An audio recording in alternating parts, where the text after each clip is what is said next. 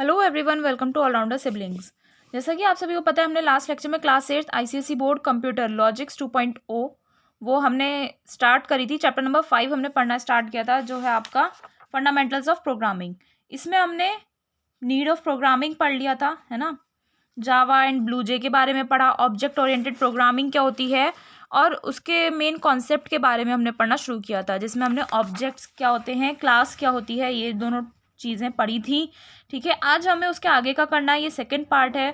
तो चलिए lecture start करते हैं। प्लीज़ वीडियो को लाइक कीजिएगा, शेयर कीजिएगा और चैनल को सब्सक्राइब करना ना भूलें अगर आप पहली बार हमारे चैनल पर आए हैं, और ज़्यादा से ज़्यादा शेयर कीजिए ताकि आपको और भी बेनिफिट्स और भी बच्चों को भी मिल सकें। तो आज हमें पढ़ना है फीचर्स ऑफ ओओपीज, यानी कि ऑब्जेक्ट ओरिएंटेड प्रोग्रामिंग जो होती है उसके क्या क्या फीचर्स होते हैं वो हमें पढ़ना है। तो चलिए स्टार्ट करते हैं। There are the various features of the object oriented programming that make them different from other programming languages as discussed on the next page. Object oriented programming के बहुत सारे फीचर्स होते हैं जो उन्हें दूसरी प्रोग्रामिंग लैंग्वेजेस से अलग बनाते हैं, डिफरेंट बनाते हैं, और ये फीचर्स आपको अगले नेक्स्ट पेज पर दिए हुए हैं। तो गाइस, इसमें सबसे पहला फीचर है आपका एब्स्ट्रैक्शन। क्या है? Abstraction. Abstraction is a very important feature of the object oriented programming. Abstraction एक बहुत ही इंपॉर्टेंट फीचर है ऑब्जेक्ट ओरिएंटेड प्रोग्रामिंग का। It is use to manage the complexity of the system. System में जो कॉम्प्लेक्सिटी होती है ना, कॉम्प्लेक्स जो सिस्टम होता है, कॉम्प्लेक्स जो प्रोसेस होता है, उसे मैनेज करने में एब्स्ट्रैक्शन का यूज किया जाता है। Means it provides only the essential features of the system to the user and hides all the complex processes. Means क्या हो गया इसका? आपको बोल रहा है कि एब्स्ट्रैक्शन का हम यूज करते हैं सिस्टम की कॉम्प्लेक्सिटी को मैनेज करने के लिए। तो इसका मीनिंग क्या हो गया कि एब्स्ट्रैक्शन की मदद से आपको सिर्फ उस सिस्टम के एसेंशियल फीचर्स, जो ज़रूरी फीचर्स हैं, आपको वही प्रोवाइड किए जाएंगे, और बाकी के जितने भी उसके अंदर के कॉम्प्लेक्स प्रोसेसेस हैं ना, उन्हें हाइड कर दिया जाएगा। अब एक एग्जांपल के थ्रू हम समझते हैं। While using an ATM machine, ATM machine देखिए, उसे जब हम यूज़ करते हैं, यू इंसर्ट योर डेबिट और credit card in the provided slot. वहाँ पर एक स्लॉट होता है जहाँ पर आप डेबिट और या फिर आपका जो क्रेडिट कार्ड होता है उसे आप इंसर्ट करते हो, and follow the instructions that appear on the screen. और उसके साइड में जो स्क्रीन होती है उस पर जो भी इंस्ट्रक्शंस आते हैं उन्हें आप फॉलो करते हो। After providing the correct PIN number and entering the desired amount, money is collected from the machine। ये होता है, आपने करेक्ट अपना पिन नंबर डालते हो और जितना अमाउंट आपको निकालना है वो डालने के बाद मनी आप उस मशीन से कलेक्ट कर सकते हो। एटीएम मशीन में यही होता है। In the above given example, ये जो हमने एग्जांपल देखा, only a user has the right to interact with the interface using the provided tools.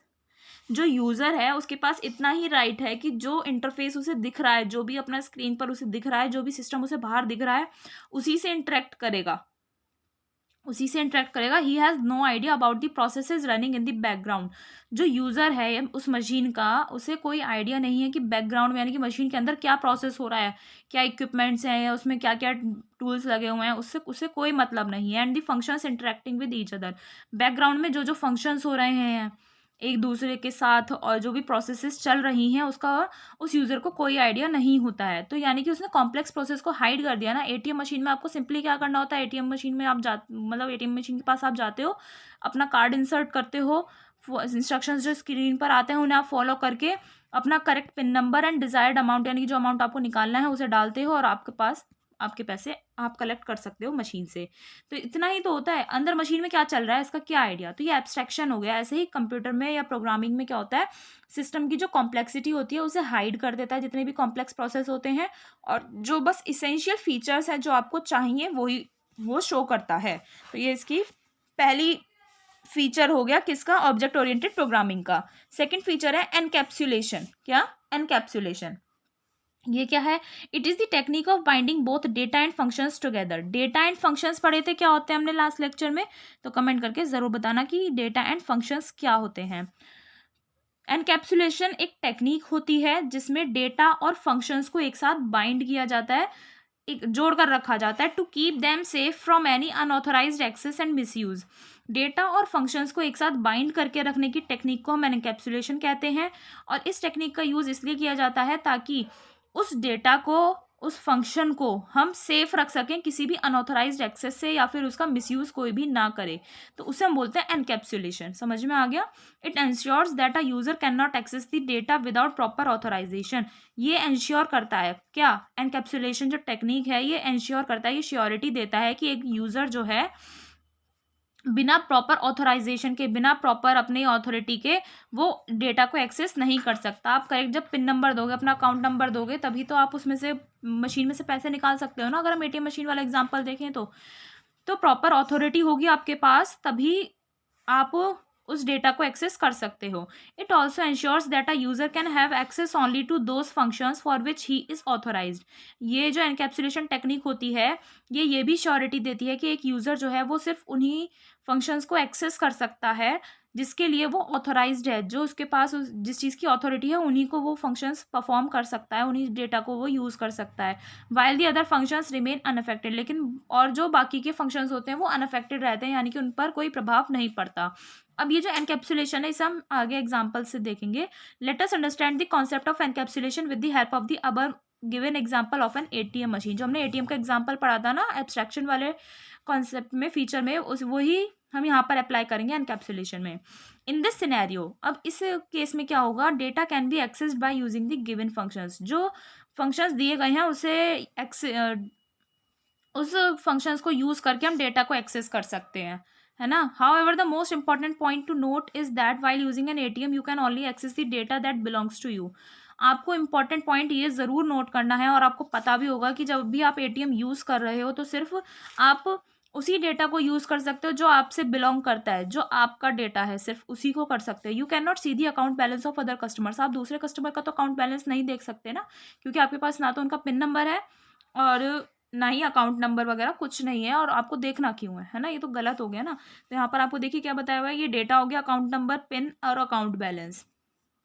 Okay, तो चेकिंग, और ये हो गया आपका डेटा। और फंक्शंस क्या होंगे इसमें, चेकिंग दी अकाउंट बैलेंस देगा, withdrawing a certain amount withdraw कर लेगा, और चेंजिंग दी पिन, ये इसके फंक्शंस हो गए। तो सेकंड टेक्निक ये होती है, टेक्निक नहीं सॉरी फीचर है एनकैप्सुलेशन। थर्ड फीचर है इसका इनहेरिटेंस। क्या है inheritance? It is the feature using which an object in one class acquires the properties and behaviour of objects of another class, which means you can create new classes that are built upon existing class and can reuse the methods and fields of the parent class. Inheritance वो feature होता है जिसको आप use करके एक using which an object in one class, एक class में जो एक ऑब्जेक्ट होता है उसमें प्रॉपर्टीज और बिहेवियर आ जाते हैं दूसरे क्लास के ऑब्जेक्ट्स के, जिसका मीनिंग क्या हो गया कि आप नई क्लासेस क्रिएट कर सकते हो। ठीक है, मतलब आपके पास एक क्लास है, उसके ऊपर आप दूसरी क्लास भी एग्जिस्ट कर सकते हो, न्यू क्लास क्रिएट कर सकते हो, और मेथड्स और फील्ड्स जो पेरेंट क्लास के हैं, यानी कि जो पहली वाली क्लास थी उसके मेथड्स और फील्ड्स को भी आप रीयूज कर सकते हो। इसे हम बोलते हैं इनहेरिटेंस। इनहेरिटेंस हो गया, जैसे बोलते हैं ना कि ये मम्मी पे गया है तो इसके फीचर्स उसमें हैं, ऐसे बोलते हैं, तो वही हो गया यहाँ पर भी। तो आप पहले वाले के, यानी कि जो पेरेंट क्लास है उसके फीचर्स को, उसके मेथड्स को, उसके फील्ड्स को आप यूज़ करके न्यू क्लास क्रिएट कर सकते हो। This property brings the concept of the object oriented programming. ये जो प्रॉपर्टी है ये कॉन्सेप्ट लाती है ऑब्जेक्ट ओरिएंटेड प्रोग्रामिंग का, a step closer to our lives. ठीक है, इस प्रॉपर्टी की वजह से ये जो प्रोग्रामिंग का कॉन्सेप्ट है ये हमारे और करीब आ जाता है, because it reflects the real life concept of heredity in programming, क्योंकि ये रियल लाइफ कॉन्सेप्ट पे अप्लाई होता है, जैसा अभी मैंने आपको एग्जाम्पल दिया। हेरिडिटी क्या होता है? It is defined as the transfer of characteristics from parents to their children. ठीक है, हेरिडिटी क्या होता है? कुछ फीचर्स का, कुछ कैरेक्टरिस्टिक्स का ट्रांसफर होना उनके पेरेंट्स से उनके बच्चों में, ये चीज़ होती है heredity. Consider the following examples to understand the concept of inheritance with the help of an example. ये एग्जांपल देखिए जिसमें हम इनहेरिटेंस का कॉन्सेप्ट समझेंगे एक एग्जांपल के साथ। तो एग्जांपल क्या है? Class of birds can be broadly classified as, birds की जो क्लास होती है उसमें भी दो कैटेगरी होती है, फ्लाइंग बर्ड्स होती हैं और एक होती है आपकी non flying birds. The principle behind this sort of classification is that each derived class shares the common characteristics with the class from which it is derived. ये the principle behind this sort of classification, ये जो classification किया गया है birds की class का, इसके पीछे प्रिंसिपल क्या है, मेन मोटिव क्या है, क्या लगा हुआ है इसके पीछे प्रिंसिपल की? हर एक ड्राइव्ड क्लास जो है, यानी कि ये जो दोनों क्लास हैं flying birds and non flying birds की, इन दोनों में कॉमन कैरेक्टरिस्टिक्स हैं, है ना। कॉमन कैरेक्टरिस्टिक्स तो है ही, बस फ्लाइंग और नॉन फ्लाइंग का है, बाकी तो सब सेम है। तो यही यहाँ पर आपको इनहेरिटेंस में बताया हुआ है कि आप न्यू क्लास क्रिएट कर सकते हो एग्जिस्टिंग क्लास के ऊपर। जो क्लास आपने पहले बनाई थी उसके ऊपर आप न्यू क्लास क्रिएट कर सकते हो, और पहले वाली यानी कि पेरेंट क्लास के मेथड्स और फील्ड्स को भी आप रीयूज कर सकते हो। आई होप आपको ये तीन फीचर्स समझ में आ गए। अब हम आगे की तरफ बढ़ते हैं। अब ये देखिए आपको यहाँ पर हायरार्की दिखाई हुई है बर्ड क्लास की। बर्ड्स में फ्लाइंग बर्ड्स और नॉन फ्लाइंग बर्ड्स देखे थे। फ्लाइंग बर्ड्स में भी वल्चर एट्रीब्यूट्स होगा और एक हो गया ईगल। फिर नॉन फ्लाइंग में आ गए आपके पेंगुइन और ऑस्ट्रिच, है ना। तो ये बर्ड्स ही तो होते हैं पेंगुइन और ऑस्ट्रिच, बट ये नॉन फ्लाइंग होते हैं। तो ये चीज़ बता रखी है आपको। नेक्स्ट फीचर आता है इसका पॉलीमॉर्फिज्म। क्या होता है polymorphism? The word polymorphism means many forms. इसका मीनिंग होता है मैनी फॉर्म्स, बहुत सारी। Poly means many and morphism means forms. It helps the programmer to use the same function name for more than one purpose. इस feature की वजह से जो प्रोग्रामर है वो सेम फंक्शन नेम को एक से ज़्यादा पर्पज के लिए यूज़ कर सकता है। Let us take an example of a mobile phone to understand the concept of polymorphism. Polymorphism का कॉन्सेप्ट समझने के लिए हम मोबाइल फ़ोन का एग्जाम्पल लेंगे। A mobile phone has the polymorphic ability. Mobile phone की पॉलीमॉर्फिक एबिलिटी होती है means one name but many functions, है ना। एक ही नाम होता है लेकिन बहुत सारे फंक्शंस होते हैं, जैसा आपको यहाँ पर दिखाया हुआ है। मोबाइल फ़ोन है एक, तो उसमें कैमरा भी है, अलार्म भी है, MP3 भी है, नेविगेशन एंड इंटरनेट भी है, FM रेडियो भी है। तो ये हो गई polymorphic ability of a mobile phone, यानी कि एक नाम है लेकिन बहुत सारे फंक्शंस हैं, है ना। इसे बोलते हैं पॉलीमॉर्फिज्म। तो ये हमारे फीचर्स कंप्लीट हो गए हैं OOP के, यानी कि ऑब्जेक्ट ओरिएंटेड प्रोग्रामिंग के। अब हम आगे बढ़ते हैं स्टार्टिंग ब्लूजे। ब्लूजे आप अपने स्क्रीन पर अपने सिस्टम पे कैसे ओपन कर सकते हैं, स्टार्ट कर सकते हैं, वो हम देखेंगे। Let us learn programming in the BlueJ environment. BlueJ environment में हम प्रोग्रामिंग करना सीखेंगे।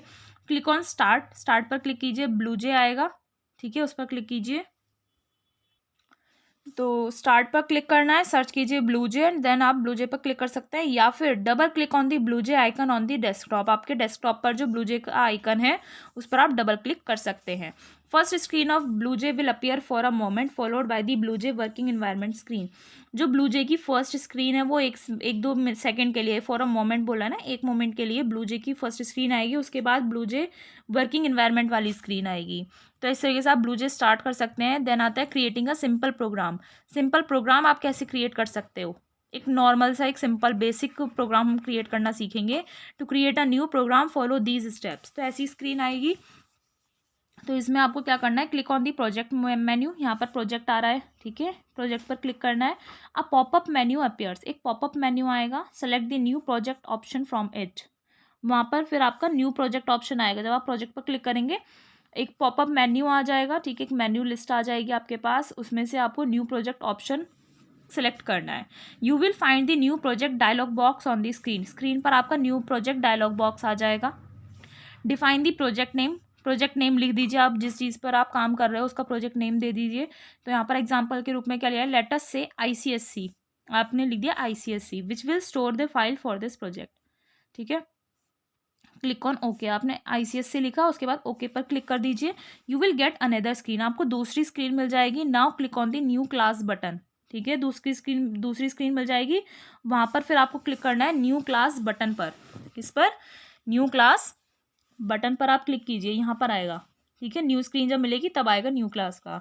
Then the BlueJ create new class dialog box appears. ये वाला डायलॉग बॉक्स आ जाएगा। उसके बाद BlueJ create new class. Define the class name welcome in the text box, ठीक है। क्लास का नेम दे दीजिए कुछ भी। यहाँ पर आपको वेलकम बोल दिया है, ठीक है। टेक्स्ट बॉक्स में आप वेलकम लिख दीजिए क्लास नेम के सामने। Click on okay to get the next screen. Okay पर क्लिक करेंगे फिर आपकी नई स्क्रीन आ जाएगी। 5.7 वाली बोल रहा है, यानी कि आपकी ऐसी स्क्रीन आ जाएगी, okay. The class named welcome is created. जो क्लास आपने नाम दी थी ना वेलकम, वो यहाँ पर क्रिएट हो गई है and it's icon appear on the blue J ICSC window. क्या बोल रहा है, जो क्लास का नाम दिया था आपने वेलकम, वो क्रिएट हो गया और उसका जो आइकन है वो ब्लू जे ICSC विंडो पर शो होगा। Double click on the welcome class icon. ये जो वेलकम क्लास आइकन है इस पर अगर आप डबल क्लिक करो, the program code window appears as shown in the figure 5.8। तो प्रोग्राम कोड विंडो ऐसी अपीयर होगी, ठीक है। आया आपको समझ में, सिंपल सा प्रोग्राम कैसे क्रिएट कर सकते हो। क्या करना है, प्रोजेक्ट मेन्यू पर क्लिक करोगे आप, फिर से देख लेते हैं एक बार। प्रोजेक्ट मेन्यू पर क्लिक करना है, यहाँ पर जो शो हो रहा है, ठीक है। एक पॉपअप मेन्यू यानी कि लिस्ट आएगी, न्यू प्रोजेक्ट वहाँ से क्लिक करना है। न्यू प्रोजेक्ट पर क्लिक करोगे, स्क्रीन पर आ जाएगा एक डायलॉग बॉक्स आपके ऐसा। तो वहाँ पर आपको प्रोजेक्ट का नेम देना है। आपने दे दिया जैसे ICSC, तो वो स्टोर कर देगा आपको आपकी फाइल को। ICSC लिखकर आप ओके पर क्लिक कीजिए। ओके पर क्लिक करने के बाद आपके पास दूसरी स्क्रीन ओपन हो जाएगी। वहाँ पर आपको न्यू क्लास बटन का ऑप्शन आएगा, न्यू क्लास बटन का, ठीक है। यहाँ पर क्लिक करने के बाद आपको ब्लू जे क्रिएट न्यू क्लास के नाम से एक डायलॉग बॉक्स दिखेगा स्क्रीन पर। वहाँ पर आप क्लास नेम लिख दीजिए, जैसे कुछ भी लिख दीजिए। यहाँ पर वेलकम लिख दिया है। ओके पर क्लिक करने के बाद नेक्स्ट स्क्रीन पर आ जाओगे आप। ठीक है, नेक्स्ट स्क्रीन आपकी खुलेगी ये वाली। यहाँ पर आपकी क्लास का नेम आ जाएगा, वेलकम क्रिएट हो जाएगा और उसका आइकन जो है वो ब्लू जे ICSE विंडो पर दिखेगा। Double click on the welcome class icon, और जो वेलकम क्लास का आइकन है ना, अगर आप उस पर डबल क्लिक करेंगे तो प्रोग्राम कोड विंडो इस तरीके से आपकी शो होगी। तो इस तरीके से आप सिंपल सा प्रोग्राम क्रिएट कर सकते हो। अब हम आगे पढ़ेंगे writing program code. Program code जो होता है ये सब आप कैसे लिखते हो ये देखेंगे। Select the program code by pressing Ctrl+A and delete it by pressing either the delete key or backspace की। पूरा जो प्रोग्राम कोड है आप उसे सेलेक्ट कर सकते हो एक साथ, कैसे? Ctrl+A प्रेस करके, और आप उसे डिलीट कर सकते हो डिलीट की प्रेस करके या फिर बैकस्पेस की प्रेस करके। ओके, पूरा जो प्रोग्राम कोड है उसको अगर आपको सेलेक्ट करना है तो Ctrl+A, या फिर अगर आपको डिलीट करना है तो डिलीट की प्रेस कर दीजिए, या फिर बैकस्पेस जो की होती है उसे भी आप प्रेस कर सकते हैं। नाउ अब क्या करना है, type a new program in the program code window as shown in the figure 5.9। ये वाली फिगर में जो भी आपको कोड दिखाया हुआ है वो आपको टाइप करना है। न्यू प्रोग्राम जो भी आपको दिखाया हुआ है प्रोग्राम कोड में, ये आपको पूरा टाइप करना है।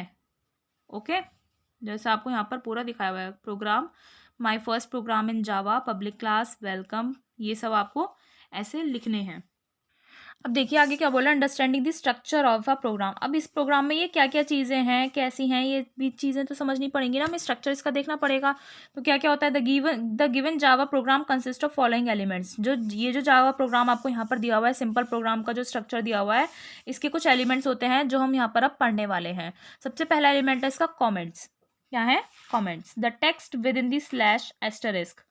जो टेक्स्ट आपका स्लैश और एस्टरिस्क में लिखा हुआ है, यहाँ पर देख रहे हो ना, स्लैश और एस्टरिस्क में जो लिखा हुआ है, और आफ्टर डबल स्लैश, और डबल स्लैश के बाद भी जो आपका लिखा हुआ है, is treated as a comment and is ignored by a computer. इसे हम कमेंट के रूप में देखते हैं और ये कंप्यूटर के द्वारा इग्नोर करा जाता है ये।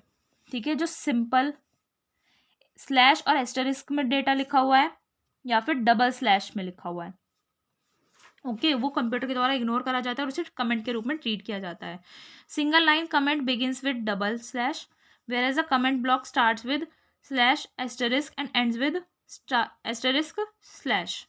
सिंगल लाइन कमेंट होगा, ठीक है, सिंगल लाइन कमेंट है तो वहां पर डबल स्लैश आएंगे।